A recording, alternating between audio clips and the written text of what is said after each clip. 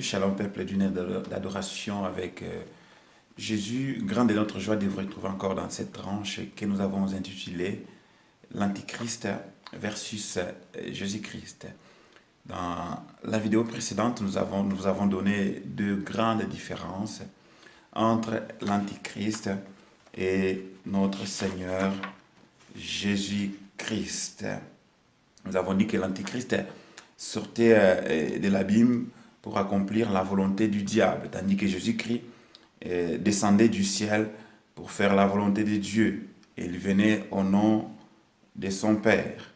Et que l'Antichrist venait venait en son propre nom, d'après Jean 5, 43. Bien-aimés dans le Seigneur, aujourd'hui encore nous allons continuer à vous donner la différence ou les différences entre l'Antichrist et notre Seigneur Jésus-Christ. Pourquoi nous vous donnons tous ces enseignements? C'est parce que nous ne voulons pas que vous soyez séduits. Parce que rappelez-vous, lorsque nous avons défini l'Antichrist, nous avons dit qu'il viendra avec la ruse, il dissimulera la violence. Nous ne voulons pas que pendant ces temps, que vous soyez, bien-aimés dans le Seigneur, engloutis dans sa ruse. Actuellement, il ne s'est pas encore présenté, mais la Bible déclare qu'il y a plusieurs antichrists, et par là nous comprenons qu'il y a les précurseurs de l'Antichrist, et c'est l'esprit de l'Antichrist qui aujourd'hui gère et gouverne le monde, d'après les trois axes que nous avons susmentionnés dans les vidéos précédentes. L'axe économique, l'axe religieux et l'axe politique. Donc sur ces trois axes, l'Antichrist a déjà commencé à opérer. Et pour aujourd'hui, bien-aimés dans le Seigneur, nous allons continuer à vous donner cette différence qui résulte entre l'Antichrist et Jésus-Christ. L'Antichrist reçoit directement du diable sa puissance. Son trône est une grande autorité. D'après Apocalypse chapitre 13, verset 2, des Thessaloniciens 2, 9. Apocalypse chapitre 13, verset 2. La bête que je vis était semblable à un léopard. Ses pattes étaient comme celles d'un ours et sa gueule comme la gueule d'un lion. Le dragon lui donna sa puissance. Son trône est un grand pouvoir. Donc l'Antichrist reçoit directement du diable sa puissance. Son trône est une grande autorité. Donc ici, c'est le diable qui incarne sa puissance dans l'Antichrist. Le diable lui confère l'autorité et le pouvoir. Rappelons-nous dans ce que nous avons dit précédemment, que Christ venait au nom de Dieu. Christ venait au nom du Père. Et ici, l'Antichrist, parce qu'il vient au nom aussi de son Père, qui est le diable, il recevra l'autorité, la puissance auprès du diable.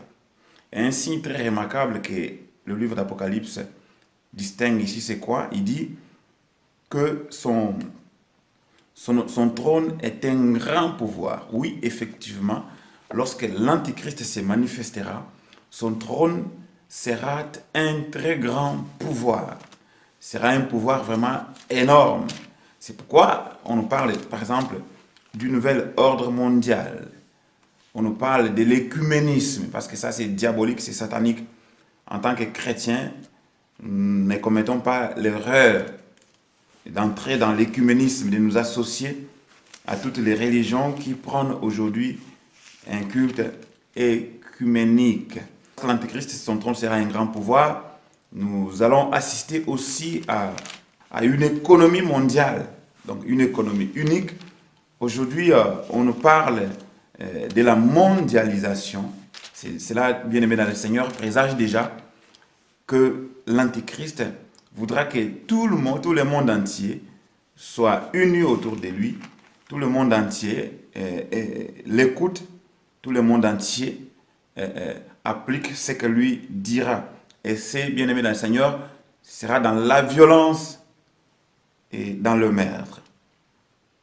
Nous avons donné la deuxième référence, c'est 2 Thessaloniciens chapitre 2, verset 9. La Bible déclare: l'avènement de l'impie se produira par la puissance de Satan, avec toutes sortes de miracles, des signes et des prodiges mensongers. Donc, l'avènement de l'Antichrist se produira par la puissance de Satan.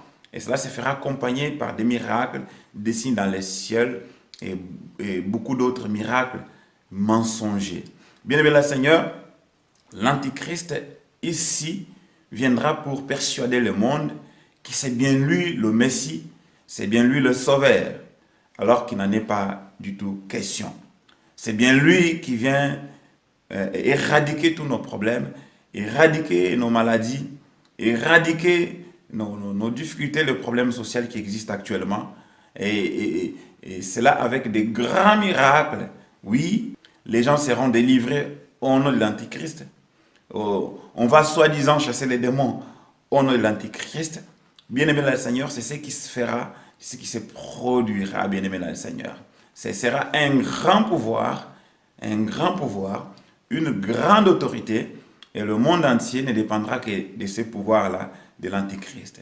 Et le monde entier voudra écouter effectivement la voix de l'Antichrist.